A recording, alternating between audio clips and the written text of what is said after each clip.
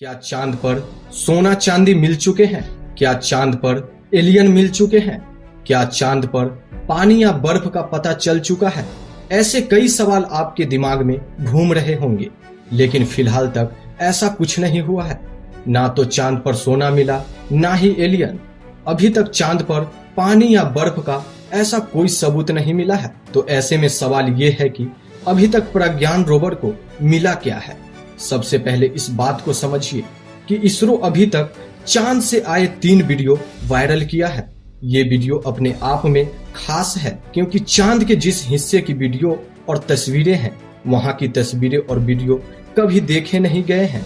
लेकिन रोवर ये वीडियो या तस्वीरें भेजने का काम केवल 14 दिनों तक ही करेगा, क्योंकि विक्रम लैंडर और प्रज्ञान रोवर की जिंदगी केवल इतनी ही है। दरअसल विक्रम और प्रज्ञान दोनों ही सौर ऊर्जा पर काम कर सकते हैं। 14 दिन तक तो सूरज की रोशनी मिलती रहेगी, लेकिन 14 दिनों के बाद चांद का ये हिस्सा अंधेरे में डूब जाएगा। और जब तक ऐसा होगा तो विक्रम और प्रज्ञान भी काम करना बंद कर देंगे। दरअसल चांद का एक दिन पृथ्वी के 14 दिनों के बराबर होता है। 23 अगस्त को जब चंद्रयान चांद पर पहुंचा था, तो वहां दिन शुरू हुआ था। ऐसा अनुमान है कि 5 या 6 सितंबर तक वहां दिन ढल जाएगा। जब ऐसा होगा तो विक्रम और प्रज्ञान काम करना बंद कर देंगे। लेकिन असली परेशानी इसके बाद की है कि जैसे ही चांद पर रात होगी, वहां तापमान ढल जाएगी। -180 डिग्री से -200 डिग्री तक पहुंच जाएगा। जब ऐसा होगा तो विक्रम और प्रज्ञान की सेहत पर बुरा असर पड़ेगा, या फिर शायद ये काम ही फिर से ना कर पाए। लेकिन इसके बाद दोबारा सूरज उगने पर ये काम करते हैं तो ये अपने आप में चमत्कार के जैसे होगा।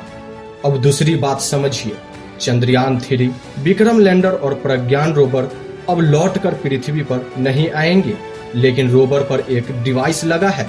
जो डिवाइस चंद्रमा की सतह को चेक करेगा, पता करेगा कि वहां के मिट्टी में क्या कुछ है।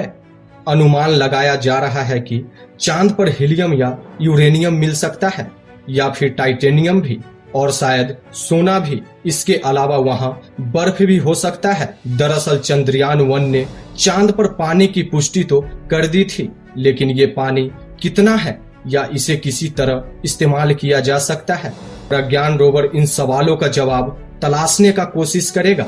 रूस, अमेरिका और चीन जैसे मिशन चांद पर भेज चुके हैं। उन्होंने वहां से मिट्टी और चट्टान लेके वापस आ गए। लेकिन भारत का प्लान ये नहीं है।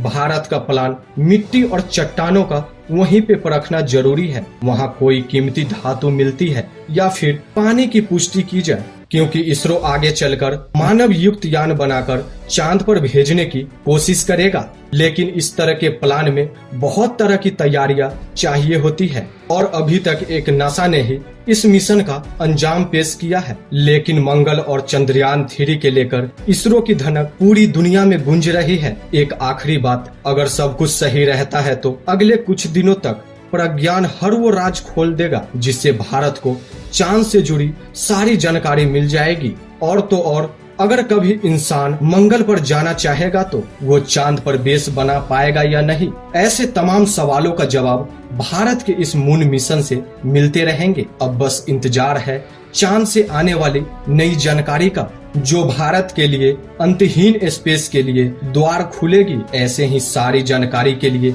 बने रहे न्यू ज्ञान चैनल के साथ, और सब्सक्राइब करके बेल आइकन दबा दे, ताकि चंद्रयान से जुड़ी सारी जानकारी सबसे पहले आप तक पहुंचे।